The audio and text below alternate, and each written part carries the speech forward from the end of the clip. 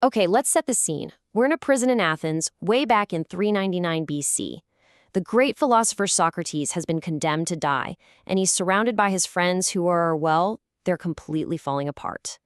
This is the story of his last hours, all laid out in Plato's incredible dialogue, the Phaedo. So let's get right into it. Now, the person who was actually there, Phaedo, he paints this really strange picture for us. You'd expect everyone to be weeping, right? But he says Socrates seemed blessed, totally fearless. His words were noble, he was gracious. Phaedo says there wasn't any pity in the room, just this bizarre mix of pleasure and pain. How weird is that? And that right there, that's the central mystery of the whole dialogue. It's the big question we're going to tackle. Why on earth was Socrates so calm, cheerful even, about his own execution? I mean, what did he know that his heartbroken friends clearly didn't? Well, to figure that out, we have to listen to Socrates himself. He gives a whole explanation for why he's so serene. And it all comes down to his, let's just say, very unique view on what life, and especially death, are really all about. See, for Socrates, death wasn't the end. Not at all. He had a super specific definition for it. It's just the separation of the soul from the body. That's it. Nothing more, nothing less. It's not a big black void. It's a transition, a release even. And this separation, it's not something to be afraid of.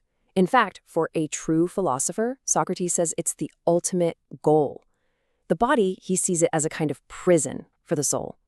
It's noisy, it's needy, it's full of distractions like desires and fears. So the philosopher's entire job is to try and free the soul from that prison, which means, if you think about it, a philosopher's whole life is basically a practice for death. Okay, so just when it seems like his friends are starting to feel a little better, a little comforted by this idea, bam. The conversation takes a massive turn. Two of his sharpest followers, Simmias and Sebes, they step up and say, hang on a second. They're not convinced. And they bring up the exact same doubts that probably haunt all of us. And these are two really powerful fears. First, you have Simmias. He says, Socrates, what if the soul is like the harmony of a lyre? You know, it's beautiful, it's invisible, but the second you smash the instrument, the harmony is just gone. It ceases to exist.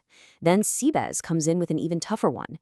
He says, okay, maybe the soul is like a weaver who makes and outlives lots of coats, lots of bodies. But what if the weaver himself eventually gets old, wears out, and dies? What then? And Phaedo, the eyewitness, he tells us that when everyone heard these arguments, this wave of despair just washed over the room. You can almost feel it. It's like all the hope Socrates had just built up was completely shattered. The argument felt lost. And that deep, nagging fear that death really is the end, that we just vanish into nothing, it suddenly felt terrifyingly real for them. But Socrates, he's not discouraged at all. In fact, it seems like he's almost enjoying the challenge. He just calmly gathers his thoughts, rallies his friends, and starts to take on these powerful objections, one by one. So first up, he takes on that harmony argument, and he completely dismantles it. He basically says, look, a harmony just follows what the instrument does. It's passive. But is that what the soul does? No way. The soul is the active commander. It leads the body. It tells the body, no, don't drink that, or yes, you need to get up and work. The soul is the boss, not some passive side effect. So that whole analogy, it just doesn't work. That Weaver argument, though, that one's a lot tougher, because Sebes's point is pretty clever. He's admitting the soul is long-lasting, right? That it outlives a bunch of bodies. But that still doesn't prove it's truly immortal, that it can never die. To beat this one, Socrates has to pull out the big guns. He needs his final, ultimate proof. And this is it. This is the climax of the entire dialogue. Socrates is about to lay out his final and most famous argument for why the soul is immortal. And it's all built on his incredible theory of forms. Okay, so stick with me here. This is how the logic works. Step 1. Socrates gets everyone to agree that some things have essential opposites that just can't mix, right? Fire is essentially hot. Snow is essentially cold. Fire can never become cold and still be fire. Makes sense. Step 2, he asks, okay, what's the soul's essential job? What does it do? Well, the soul is the very thing that brings life to a body. Its essence is life. Step 3, what's the essential opposite of life? Well, that's death. So, here's the big conclusion. Just like fire can never accept its opposite, cold, the soul, which is the bringer of life, can never ever accept its opposite, death. It must be deathless.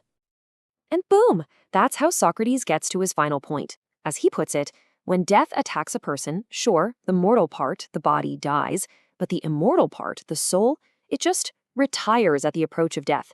It's preserved safe and sound. The intellectual battle is over. He's won. So now that the argument is settled, the whole vibe of the conversation shifts. It's not about abstract proofs anymore. It's about life.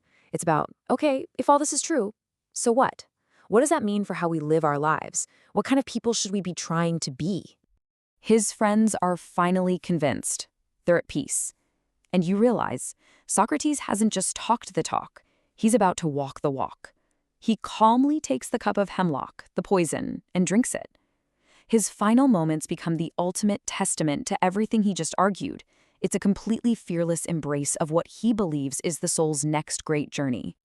And so he leaves his friends, and all of us, really, with one last powerful question. It's not just some philosophical puzzle anymore. It's a deeply personal challenge. If the soul really is immortal, then what care should we take of it? Not just for the short time we're alive here, but for eternity. And that's a question to really sit with long after this is over.